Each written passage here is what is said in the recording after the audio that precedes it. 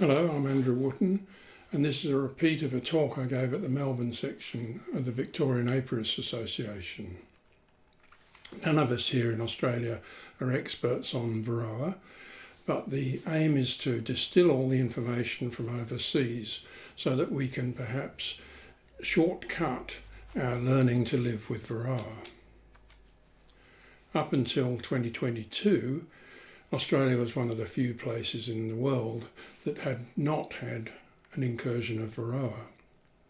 But in September of 2023, we were forced to accept that we'd been unable to eliminate the varroa from Australia, and we transitioned to management.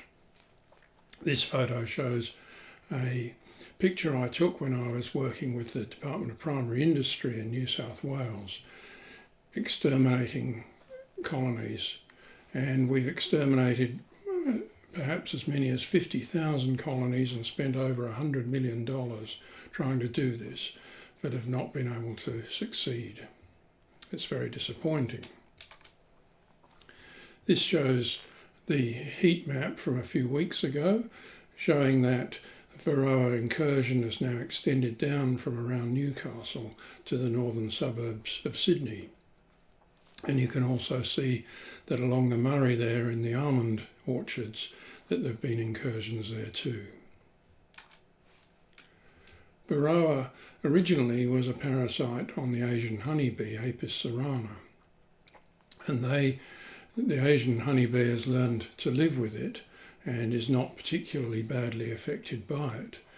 But earlier in the 20th century, the varroa mites jumped hosts to Apis mellifera, and since then it's been a sad story.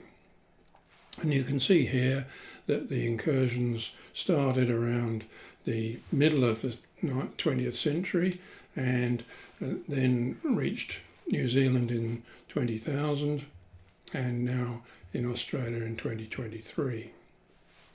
And one of the major problems with varroa is that, as well as doing damage through its parasitation of the bee, it also acts as a vector for a number of different viruses, and we can see those there.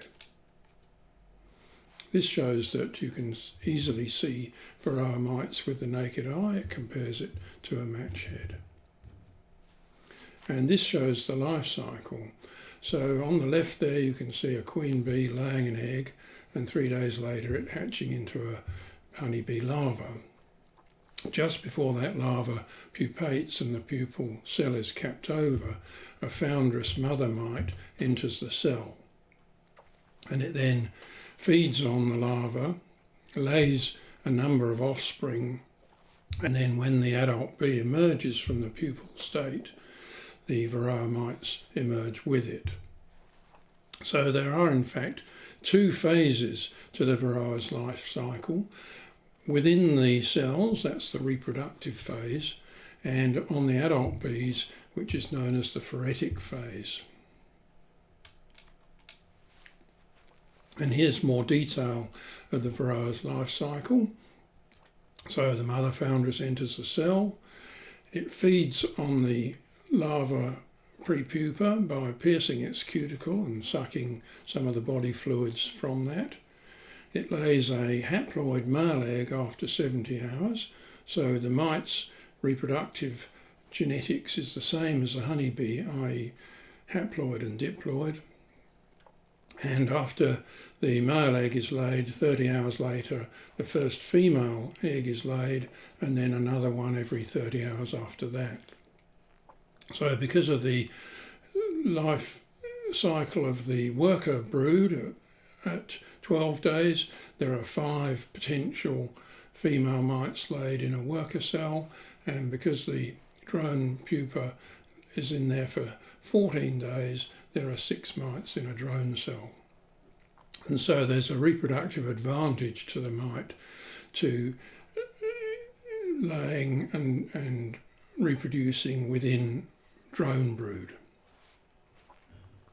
So each of the mites take 6 days to mature, and the females then mate with the male mite.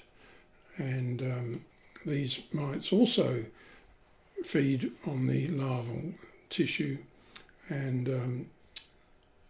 then emerge when the adult bee emerges. When there's high infestation with mites, multiple varroas enter the cells, and so you get some crossbreeding and genetic exchange. This shows where the mites feed, and in the middle at the lower illustration there you can see that they are particularly attracted to the underside of the adult honeybee and feed between the tergites. And originally we thought that the mites fed on the hemolymph of the honeybee, but we now know due to some recent work by Samuel Ramsey in America that they're in fact feeding on the fat body of the honeybee. That's the equivalent of the mammalian liver, and the mite injects enzymes and sucks out liquefied fat body to feed upon. And once again there you can see the viruses that the mite acts as a vector for, so deformed wing virus, black queen cell virus and Israeli acute paralysis virus. And so the combination of the immunosuppression that the mite causes on the honeybee by feeding on its fat body and the introduction of these viruses causes the damage to the colony that the mite infestation causes. Let's look at the population dynamics. So here we can see in blue the bee population and in orange a theoretical mite population. And the axis on the bottom there is set up for an Australian southern hemisphere season. So in the winter, in June, we have about 15,000 bees in the hive, and then that peaks at about 60,000 in the middle of summer, before falling back down again to about 15,000 in the winter. So a mite population starting from almost none will rapidly build throughout the year and hit a peak in the late summer at about February, March, and then you can see some collapse there, and that's probably due to the colony itself, the honeybee colony itself collapsing. And these population numbers of the mites are affected by the starting population. So in green there you can see that if you only have 10 mites at the beginning, by the end of the year you've still only got about 500 mites. But if you start off with 50 mites, then by the end of the year you'll have over 5,000 mites. And 100 mites will lead to these high populations of mites by the late summer, February, March. And if you start off with 500 mites, you'll reach those numbers by October, November.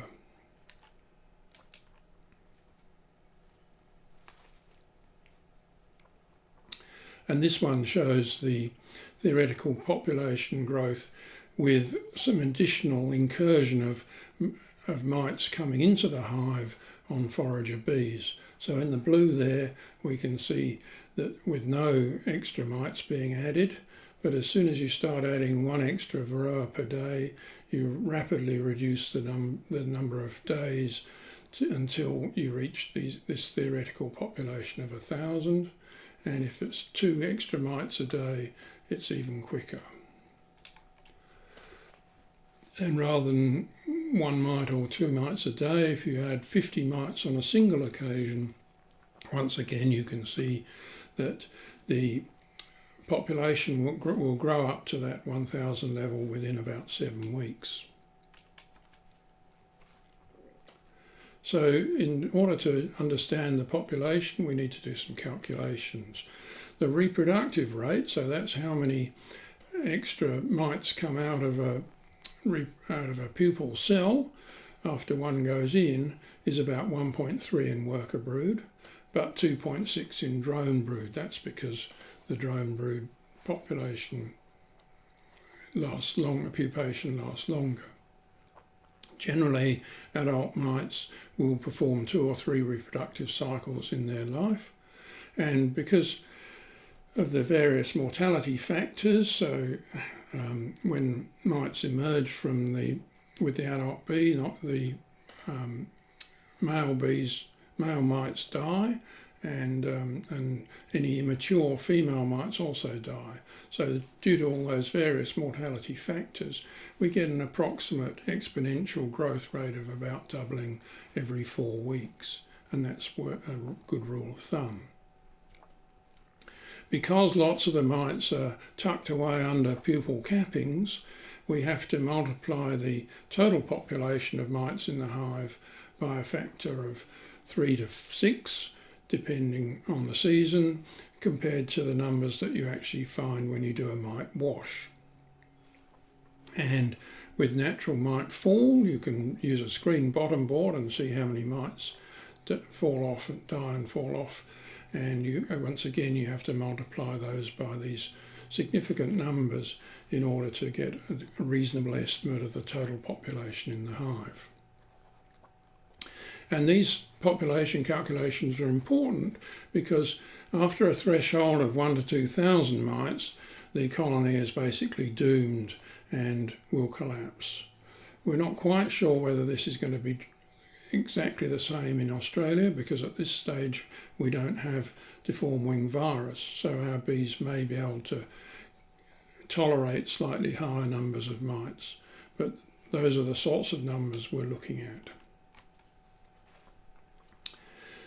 A very useful tool to calculate mite numbers is Randy Oliver's model, which is available on a spreadsheet on his website, which is the URL is shown there at the top. And this allows us to model the mite population under different inputs, such as the original size of the hive, whether it was normal or a nucleus, whether the climate's dry or temperate, whether the bees will swarm or not within the season, and the initial mite population and whether there's immigration or not. And you can see there in the red line the mite population climbing gradually throughout the year and then collapsing when the hive crashes. And so this is an extremely useful model to use, and you can also put in your mite treatments in it as well. So this is a very useful way to work out whether you've got enough treatments and when you should put them, when you should use them. As for monitoring mite levels, the accepted methods are sugar shaking, drone uncapping, and the preferred method, which is an alcohol wash. And Randy Oliver's also shown that soap is just as effective as alcohol for washing, and you can see there in the picture that I've done a soap wash of one of my hives, and because of the foaming that you get with the soap, you have to view it from below. So that's a phone camera shot from underneath showing that there are no mites in that wash. So these are washes that are done on 300 adult bees from the brood nest, and will result in the death of those bees. And on the right there you can see the instructions for how to do it. The DPI has extensive information on its website. As well as that, we can use, as I said, the screen bottom board and monitor natural mite fall, although that's not a terribly good way of estimating the hive population. But if you put mite strips into the hive, then you can certainly monitor the fall after those kill off all the mites on the adult bees.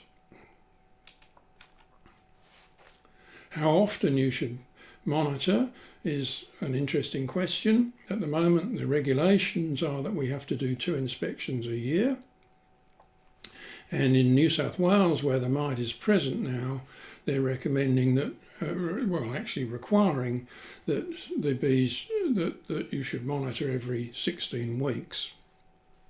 I suspect that we're going to need to monitor more often than that as varroa sweeps through our hives, and perhaps as much as once a month while we become accustomed to population growth and understanding the mite and its effects.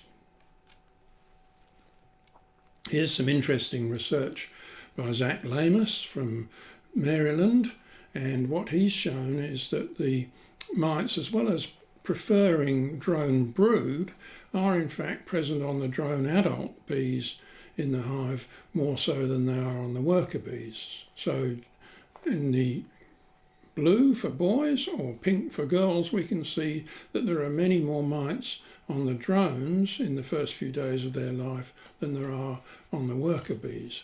And so this leads to the suggestion that early in the season, when there's plenty of mites around, plenty of drones around, that we could in fact monitor drones rather than worker bees. So rather than taking half a cup of workers, pick off 40 drones and throw them into the alcohol and save your worker bees for their other more useful tasks. So more on that will emerge, I guess, in the next year or so. But later on in the year, when the drones are thrown out of the hive, of course, this is no longer what goes on, and in fact the mites transfer across to the worker bees. Now, this is the question that we're all asking is, can I go treatment free? I'd much rather not put nasty chemicals into my hive. And there is some evidence that this may be possible at some point. So as I've said before, Apis cerana has coexisted with the varroa mite for thousands of years, and it's developed a number of behaviours which seem to help it to tolerate or resist the effects of varroa. And these are uncapping and recapping of the pupa, and this seems to disrupt the mite's reproductive cycle. Grooming of the adult bees, so pulling the mites off the adult bees, and entombing infected pupa so that the mites never emerge with the adult bee coming out. There is also evidence from the fact that Africanized honeybees in South America have been able to tolerate varroa infestation very well. That's probably to do with their frequent swarming and rather small colony sizes. The South African Cape honeybee has also been shown to be able to resist varroa. And now in various countries in Europe and America as well, we're finding that beekeepers are beginning to be able to go treatment free. So after, say, 30 years of experience with varroa and selecting some sort of mite resistance, they're beginning to be able to find strains that are better able to tolerate or resist the varroa. And one of the strategies that people have used to try and achieve that has been the bond strategy of live and let die. So the idea there is if you treat the varroa mites, you'll never build up resistance because you're continuing to allow colonies without resistant genetics to survive and reproduce. So these behavioural traits have been seen in Apis mellifera, and these are known as hygienic behaviours. So this was originally a description used for bees that were able to tolerate some level of American foul brood infestation.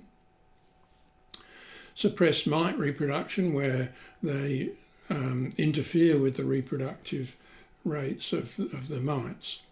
And specifically varroa-sensitive hygiene, where the adult bees actually detect infected pupa and open them up and pull them out. So these are beginning to emerge, these sorts of resistant traits. And this we can perhaps summarise on this slide here. So this distinguishes between tolerance, where the honeybees are able to tolerate the varroa presence, and resistance, where they're actually able to interfere with its reproductive abilities.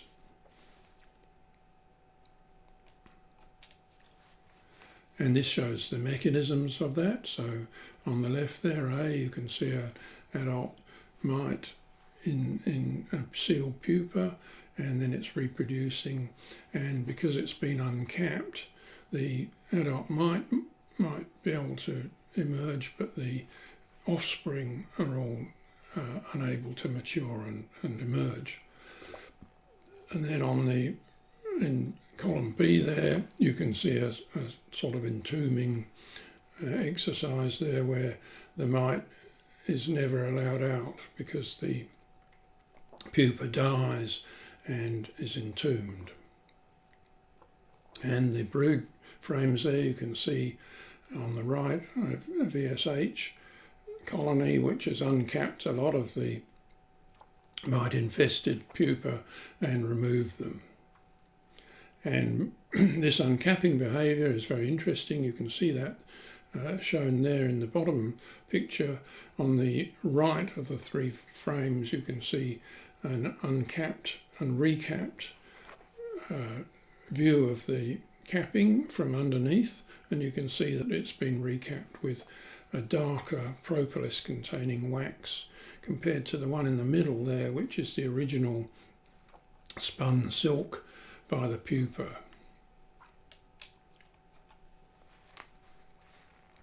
And here's some evidence from Randy Oliver's selective breeding program also that shows that we can start to see genetic improvements in mite resistance. So the idea that he's been pursuing is over the last 7 or 8 years, each year he's taken 1,000 to 1,500 nucleus hives and monitored them every month to check which ones are not building up levels of mites more than about 1%. So that he's breeding from those ones that are not building up mite levels and treating the rest and not breeding from those.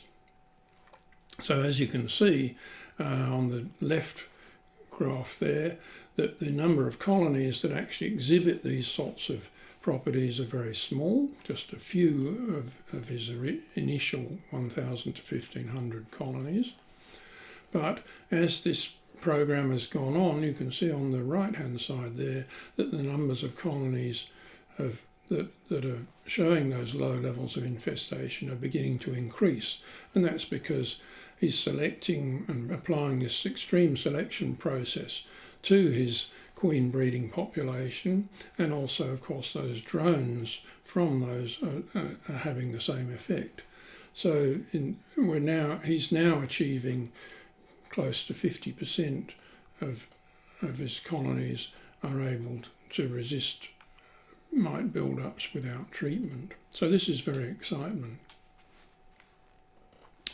However, as far as Australia is concerned, we've got a number of hurdles to overcome before we get to that stage. And what everyone else in the world saw was that there was an acute infestation stage that went on for several years, as there were feral colonies out there and untreated beekeepers' colonies which were collapsing and acting as mite bombs and allowing immigration of those mites into other hives due to robbing out of those collapsing colonies. So very large numbers of managed colonies get lost, and if we're going to keep bees in the interim, we're going to need to treat somehow to manage until we can develop those sort of resistant genetic colonies. So gradually in the rest of the world, beekeepers have learnt to live with it and manage it, and we may be able to import or develop resistant genetics here, but until then I think it's going to be necessary to do some form of treatment, and I wouldn't recommend trying to go treatment free straight away. I think that will just lead to disappointment. These are the treatments that are currently approved and usable in Australia. So Amitraz and Thiamol are registered. There have been emergency permits issued for the synthetic pyrethroids, fluvalinate and flumethrin. and also for formic acid. And currently there's an application in process for the use of oxalic acid in hives. So here's a slide just to show that the sort of trigger points for needing to treat are in the 1 to 2% levels of your mite wash of 300 bees. So if you think about 300 bees, that a 3% level would be 9 bees in a mite wash, and the 2% would be 4 bees in a mite wash. Sorry, 2 times 3 is 6. One of the things we need to try and understand is the concept of integrated pest management. And this is a sort of pyramid with preventative and non-chemical treatments, followed by more intense sort of treatments with soft chemicals and hard chemicals. As I've already said, resistant bees are unlikely to be around for a while, so that bottom preventative stage of the pyramid is not going to be available to us in Australia for any time soon. The non-chemical methods, though, of brood break and mite trapping are usable, and we'll talk a bit about those in a minute. Then soft chemicals include the organic acids, and we may be able to get away with just those, but at the moment the hard chemicals, the synthetic miticides, will be the sort of backstay for treatments. This just goes into that. So here's drone removal. Put in a drone frame into the hive, and when it's been filled up with drone brood and lots of mites have gone into that, take it out and stick it in the freezer. Brood interruption I'm going to talk about, and requeening seems to have some effect as well. It causes a natural brood break and may perhaps reinvigorates the colony as well. And there's a screen bottom board. This is minimally effective on its own, but in combination with miticides can be useful, and certainly is helpful for understanding the numbers of mites in your colony. Here's a brood break slide, and what we're doing here is, as you see on day 0, we put the queen in a cage so that she's no longer able to lay.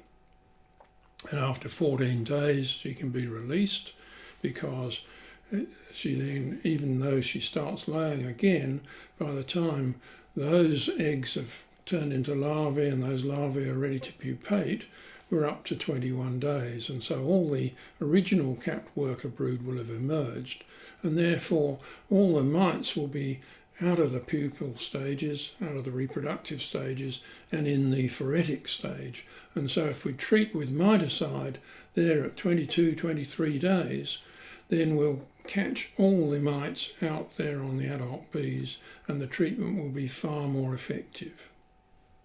So this is a very useful strategy for making your treatments more effective. And here's something which is a bit of light relief in a way, which is to look at a very clever and innovative way of stopping the queen from laying. So rather than putting her in a cage, put this sort of contraceptive device on her. And I'll play you the video. This comes from China.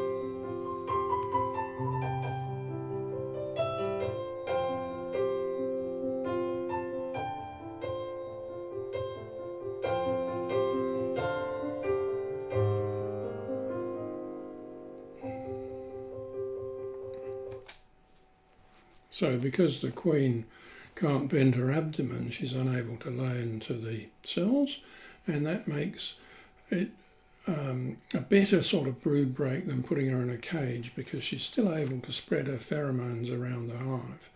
Whether we're all going to be using those devices or not remains to be seen, but it's a very intriguing prospect. Okay, so let's look at the treatment. So oxalic acid is one of the soft treatments, and you can use it by dribbling or vaporizing, as we see there with an electric wand, and it has multiple different modes of action. It seems to interfere with the mites' foot pads and cause them to fall off. One of the interesting aspects of all this is that the registered, approved methods of using the oxalic acid are not really the most effective. So Randy Oliver has shown that extending the release time by mixing oxalic acid with glycerine and putting it on to pads such as a Wet-X pad or a cardboard pad mean that its release is extended over a period of 60 to 75 days. It's not allowed to be used here in Australia. In New Zealand they have an own use exemption which allows them to do this. But it's a much more effective way because the treatment is there for an extended period, and so it also captures some of the reproductive mites as well as just the phoretic mites. The problem with the dribble or the spray or the vaporization is that that will only catch the mites on the adult bees, and all the ones tucked away under the cappings will not be affected. Formic acid will affect those mites under the cap, so it's more effective, but it does cause a certain amount of adult bee loss and may kill the queen as well. So you've got to be very careful with it. But and the other aspect of all of these treatments is they're limited by the temperatures that we can apply them for. And so if you think about it needing to put it on for 14 days with the temperature not going above 30, then you're going to have to be very careful about choosing the timing of your treatments. Thymol is an essential oil, and it's available as a gel formulation, and once again it has these temperature restrictions in its use. And once again, Randy Oliver has shown that in fact you can use an extended release protocol by absorbing the thymol onto medium density fibre board. He uses a compound called homosote. It's not available in Australia, but I'm pretty sure any other board would do quite as satisfactorily. And it seems to allow quite high levels of thymol to be tolerated and extends the release of those for a period of as much as 3 weeks. So once again, this is an area where we're going to have to apply pressure to the regulatory authorities to allow us to use extended release thymol and extended release oxalic acid so that we can use the most effective methods on our hives. Of the synthetic hard chemicals, here's amitraz, which is perhaps the most effective of these, and it's available in plastic impregnated strips, and these are placed into the brood nest for a period of 6 to 10 weeks. So these will be available from the beekeeping stores, and one problem with them is that the mites tend to develop resistance to them if you use them over extended periods. And I'll explain that here.